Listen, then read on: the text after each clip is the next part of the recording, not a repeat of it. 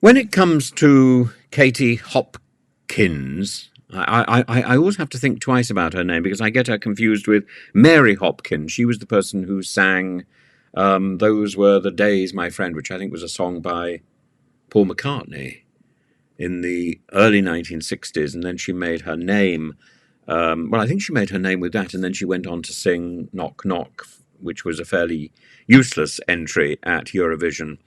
And but she was very much a household name, and now she seems to have been superimposed by this extraordinary right-wing individual, Katie Hopkins, who was a friend of Alex Belfield. And I remember she kept coming up in my research into Belfield, and at one point she was round the corner at the Ben Theatre, I believe, doing a supporting act with Alex Belfield himself.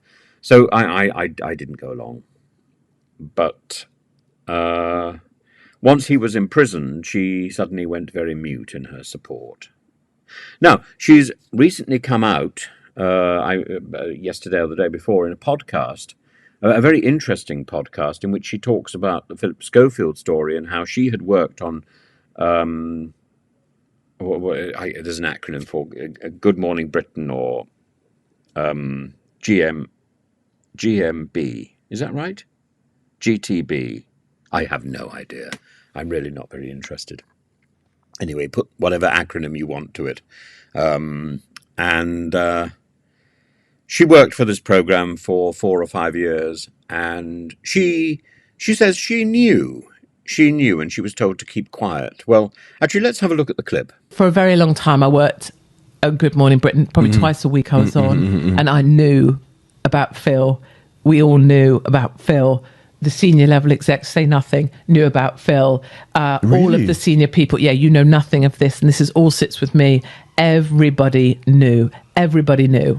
Wow. So any of the bullshit... He was gay, or did they know about the young boy? They knew about the runner, because there's footage of him in the restaurant they all used opposite when the boy was tiny. It makes disturbing viewing, doesn't it? If people knew and no one said anything. And then in the select committee, the head of programming and the ITV boss of that program, Good Morning Britain, I think that's what it's called. I don't know. Britain's Got Trouble. She said that nobody knew. She didn't know.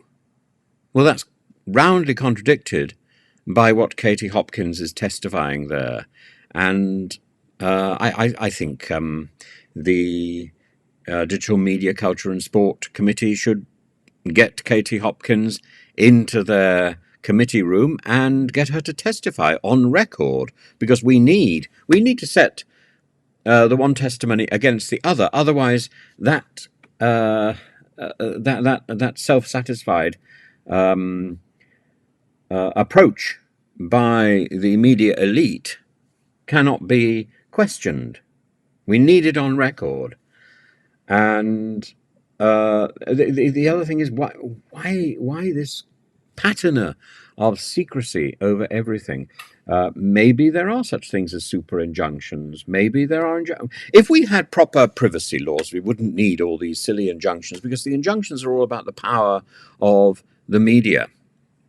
And what we're discovering over the summer is how, yes, these huge individuals are exposed, are trawled across the front pages of the tabloids, and they leave behind a number of people who are hurt by their actions, whether intentionally or by accident. And what happens to them? Well, very little, as far as I can see. Jeremy Vine had the money, the power, the clout to be able to compel, I think, Alex Belfield into a settlement. But what about the other victims of Alex Belfield? I mean, we started off talking about Alex Belfield because of Katie Hopkins, who was a support act. And you know, I think we've got it wrong. I think we've got our prison reform wrong. I think we've got our victim support wrong. Because when there is a crime, we must be looking to the victim first. Instead, we're slapping ourselves on the back that we've caught the criminal. we must make sure that the victims are safe, secure, and can actually get back to their lives. That means they need significantly more than a letter talking about being a victim of a crime. They need ongoing support, and that's the least that our society can provide, because they're paying the earth to lock somebody away, aren't they? Surely that money would be better spent helping the victim get back on their feet. We've got this upside down. We've got this upside down, and we need to think about it. And it's one of the many things that we need to think about, but maybe that's something that the next government can address more squarely.